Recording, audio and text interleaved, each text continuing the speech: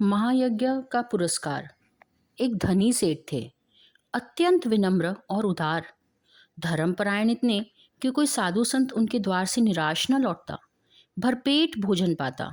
भंडार का द्वार सबके लिए खुला था, जो हाथ पसारे वही पाए। सेठ ने बहुत से यज्ञ किए, दान में न जाने कितना धन दीन दुखियों में बांट दिया, पर सब दिन होत न एक समान। अकस्मात दिन फिरे और सेठ को गरीबी का मुंह देखना पड़ा। संगी साथियों ने भी मुंह फेर लिया और नौबत यहाँ तक आ गई कि सेठ व सेठानी भूखों मरने लगे। उन दिनों एक प्रथा प्रचलित थी। यज्ञों के फल का क्रय विक्रय हुआ करता था। छोटा बड़ा जैसा यज्ञ होता उसके अनुसार मूल्य मिल जाता। जब बहुत तंगी हुई तो एक दिन सेठानी ने कहा, ना हो तो एक यज्ञ ही बेच डालो। सुनकर पहले तो सेठ बहुत दुखी हुए, पर बाद में अपनी तंगी का विचार कर एक यज्ञ बेचने के लिए तैयार हो गए। सेठ के यहाँ से 10-12 कोस की दूरी पर कुंदनपुर नाम का एक नगर था, जिसमें एक बहुत बड़े सेठ रहते थे। लोग उन्हें धन्ना सेठ कहते थे। यह अफवाह थी कि उनकी सेठानी को कोई दैवी शक्ति प्राप्त है, जिससे वह तीनों लोगों की बात जान लेती है। धन की तो कोई कमी ही नहीं थी। विपदग्रस्त सेठ ने उन्हीं के हाथों एक यज्ञ बेचने का विचार किया।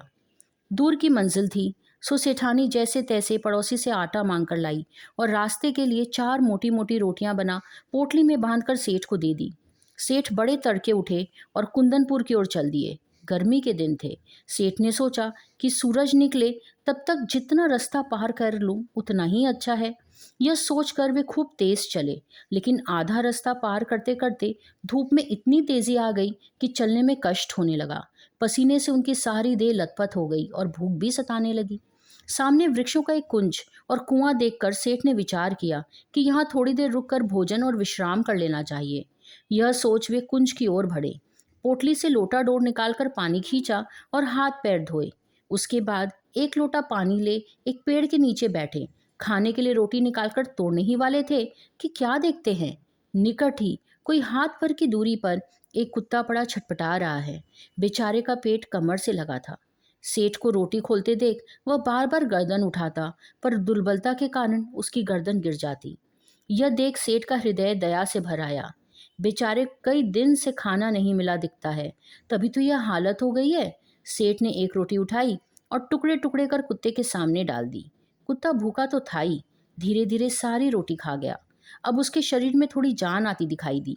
वह मुंह उठाकर सेठ की ओर देखने लगा। उसकी आंखों में कृतज्ञता थी।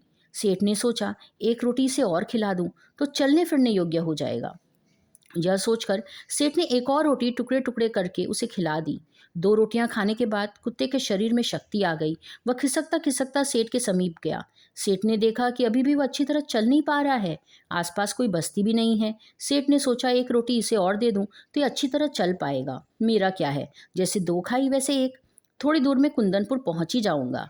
सेठ ने तीसरी रोटी उठाई और कुत्ते को खिला दी। अब एक रोटी बची, उसे लेकर वे स्वयं खाने ही वाले थे कि सेठ ने देखा कुत्ते की आंखों में अभी भी उन्हीं की ओर जमी है। उन आंखों में करुण याचना है। सहसा सेठ ने मुंह से निकला, हाय, बेचारा ना जाने कितने दिनों से भूखा है। उनके मन में आया, मेरा काम तो पानी से भी चल सकता है।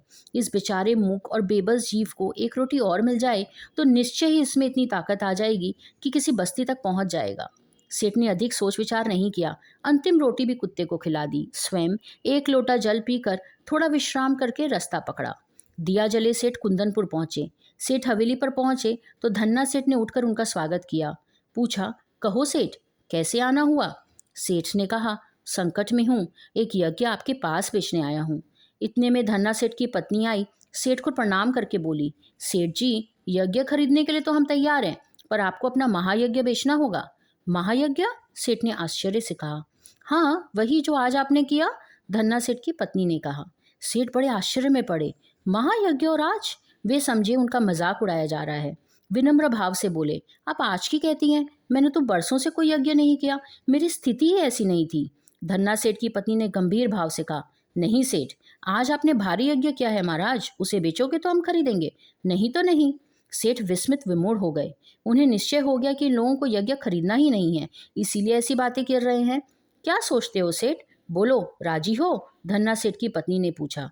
सेठ ने खिन्न होकर कहा, सेठानी जी, हंसी छोड़िए, काम की बात कीजिए। बरसों से मैंने यज्ञ नहीं किया, आप आज की कहती हैं? सेठानी ने समझाया।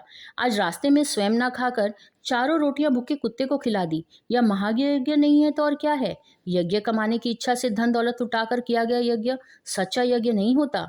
निस्वार्थ भाव से किया गया कर्म ही सच्चा महायज्ञ है। क्या आप इसे बेचने के लिए तैयार हैं? सेठ मानो आसमान से गिरे। भूखे को अन्न देना सभी का कर्तव्य है, इसमें यज्ञ जैसी क्या बात है? क्या विचार है सेठ जी, ये यज्ञ बेचना है कि नहीं? सेठानी ने पूछा। सेठ ने कोई उत्तर नहीं दिया। चुपचाप पोटली उठाई, हवेली के बाहर चले। उन्हें मानवोचित कर्तव्य का मूल्य लेना उचित न लगा। कुंदनपुर की धर्मशाला के चबूतरे पर भूखे पेट जैसे तैसे रात बिताकर पौ फटे वहां से चले। अगले दिन शाम को सेठ अपने घर गए। सेठानी बड़ी बड़ी आशाएं लगाए बैठी थी। सेठ को खाली खाली हाथ वापस देखकर आशंका से मन कांप गया। बोली, क्यों धन्ना सेठ नहीं मिले? सेठ ने आद्योपांत सारी कथा सुनाई। सुनकर सेठानी की सारी वेदना जाने कहाँ विलीन हो गई। हृदय उल्लसित हो गया।